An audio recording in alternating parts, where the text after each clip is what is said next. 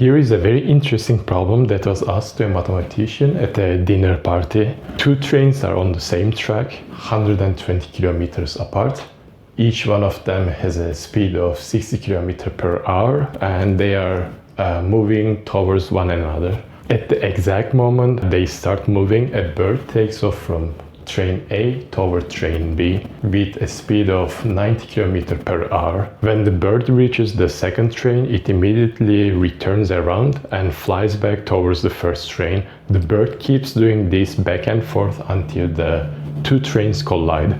The question is, how far does the bird fly? Before you try to solve this, I want you to understand why this problem is actually famous. Famous because of how people solved it. In fact, there's a famous story about this problem. A mathematician was posed at a dinner party and he immediately knew the answer. And when he was asked how he solved it so quickly, he said that he summed the infinite series. Everyone laughed, not because he was wrong, but because probably it's the hardest way to solve it. And let's do the calculation. So the bird starts at train A and flies toward train B at 90 km per hour. The trains are approaching each other at a combined speed of 120 km per hour. So when does the bird meet the train B? So let T1 to be time for the first trip. The bird meets the train B by this given equation, by the distance divided by the relative speed between the bird and the train B, which is 150 km per hour. Then we obtain the result to be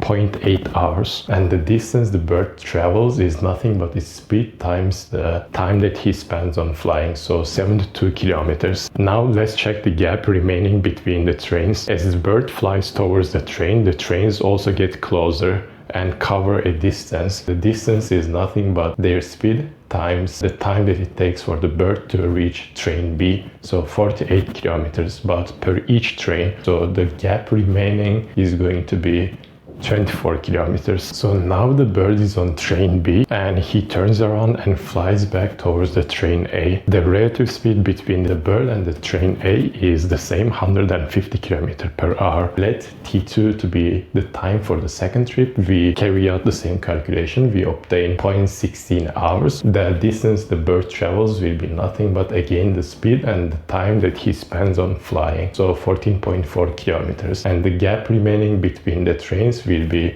24 kilometers minus the combined speed of both trains times the T2. So we are going to obtain the gap remaining to be 4.8 kilometers. For the third round, we perform the same calculation and we obtain that distance that he travels is extra 2.88 kilometers. Do you see the pattern here? The trip 1 takes 72 kilometers. Trip 2 14.4, then 2.88. So each trip is the 1/5 of the previous trip. So the total distance is 72 plus and so on. So you can expand this as 72 1 plus 1/5 plus 1/25, and then you are going to see a geometric series where the first element is 1 and the common ratio is 1/5, and then you are going to obtain the total distance to be 90 kilometers. But here's the thing, there's a much easier way. Instead of tracking the bird's individual trip, ask yourself a different question. How long does the bird actually fly? And that's it. Two trains start at 120 km apart. They are moving toward each other at 60 km per hour and the relative speed is 120 km per hour. So it's gonna take 1 hour for the two trains to collide. And we know that the speed of the bird is constant, so you are going to obtain